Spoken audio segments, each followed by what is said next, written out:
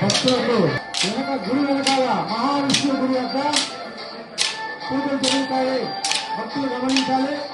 వైకుంఠ ఏకాదశి రోజు 30వ తేదీ గుడి వెనకాల మహావిష్ణువు గుడి యొక్క పూజలు జరుగుతాయి. ప్రతి ఒక్కరూ భక్తి పాల్గొనాల్సిందిగా కోరుతున్నాము.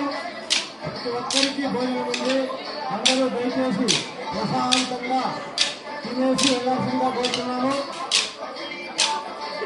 మనము ప్రతి అమావాస్యకి అమ్మవారిని ఊరేగింపుగా గుడి ప్రవేశంలాగా గుడి చుట్టూ తిప్పుతాం కాబట్టి ఆ రోజు కొన్ని రాళ్ళు ముందు ఉంటాయి కాబట్టి భయపడిగా తిరుగుతూ ఉన్నాము.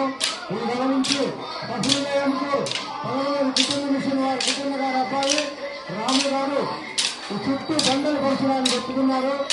ఆయన చుట్టూ బండలు పట్టిస్తారు దేవాలయానికి.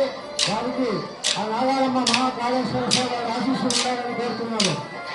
అదేవిధంగా 30వ తేదీ వైకుంఠ ఏకాదశి సందర్భంగా నాగాలమ్మ గుడి వెనకాల మహావిష్ణువు గుడి వద్ద పూజలు జరుగుతాయి. అందరూ పాల్గొనాల్సిందిగా కోరుతున్నాను.